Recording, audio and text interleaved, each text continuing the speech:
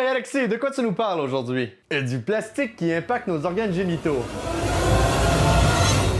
Ah ça c'est super! On pourrait parler longtemps de l'industrie du plastique. Après tout, c'est un mastodonte de pollution qui remplit nos dépotoirs, salit nos océans puis empoisonne notre faune marine. Oui, et elle réduit aussi le pénis. Ah, ça c'est nouveau par contre. Je vous présente la Dr. Shanna Swan, une professeure spécialisée en médecine environnementale et en santé publique à la Mount Sinai School of Medicine à New York. Elle a récemment écrit un livre, Countdown, sur l'impact du monde moderne sur notre cycle reproductif, que tu as lu, bien sûr. Ta gueule? Un des sujets abordés dans le livre est la taille des concombres des hommes qui rapetissent d'année en année. Et ça serait dû en grande partie à une exposition à des produits chimiques reliés au plastique. Le problème survient principalement quand la femme est enceinte. Une exposition de ces particules de plastique-là par le fœtus perturbe son développement en interagissant avec la testostérone, une hormone qui est reliée principalement aux fonctions sexuelles mâles. Notons que ça peut aussi interagir avec l'estrogène, l'hormone sexuelle femelle. Le corps croit qu'il a assez produit d'hormones et donc arrête la production, ce qui va amener à des plus petites courgettes et des plus petits scrotums. Le problème principal, selon le Dr. Swan, serait les ça!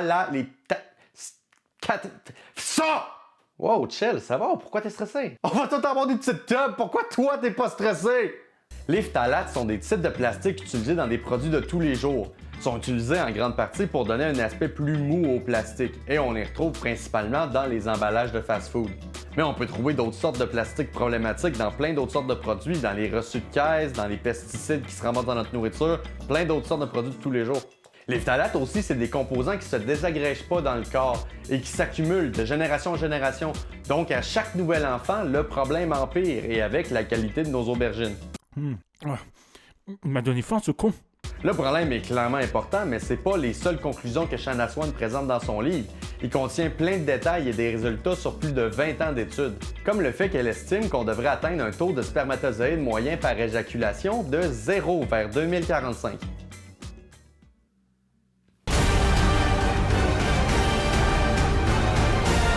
Ok, la petite explication. Quand j'ai voulu faire cette vidéo-là sur la taille des pénis, je trouvais que c'était un impact intéressant de la pollution et je voulais présenter ça de manière ludique et pédagogique. Tu trompes personne, gros dégueulasse. Je sais.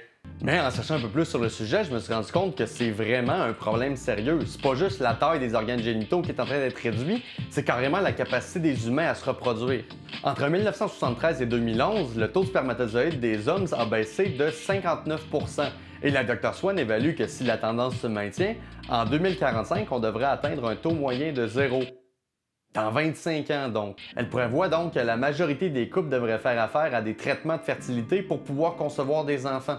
Donc au bout du compte, c'est bon pour l'environnement s'il y a moins de bébés, non? Surpopulation, tout ça? Non, si on fait un monde meilleur, c'est pour laisser un monde plus beau à nos enfants, justement. Si le monde, ils veulent avoir des bébés, c'est bien correct, mais il faut qu'il y ait la capacité de le faire. Ces prédictions se basent sur les extrapolations de ces tendances actuelles, donc c'est pas fixe dans le temps. Mais il n'y a rien qui indique que la tendance ralentit. Donc, le problème reste très gros. Mais du coup, qu'est-ce qu'on peut faire pour régler le problème? Au niveau personnel, tu peux réduire ton exposition aux phtalates en réduisant ta consommation de plats emportés et cuisinés plus à la maison et en utilisant plus de produits naturels et moins transformés. Plus c'est naturel, mieux c'est. Mais le plus important, ça va être au niveau gouvernemental. Il faut que des lois et des mesures soient mises en place pour limiter ou interdire l'utilisation des phtalates. On le sait que c'est nocif pour notre santé. Maintenant, il faut agir pour notre santé et celle de nos enfants. Et la taille de nos queues. Si l'environnement c'est un sujet qui vous intéresse, vous pouvez vous abonner pour découvrir plein d'autres vidéos sur les impacts de notre mode de vie et comment est-ce qu'on peut les réduire. Partagez aussi pour sensibiliser le plus de monde possible à la cause environnementale. On est plus forts ensemble. Merci beaucoup d'avoir pris le temps d'écouter ma vidéo, j'apprécie énormément et je vous dis à la prochaine fois.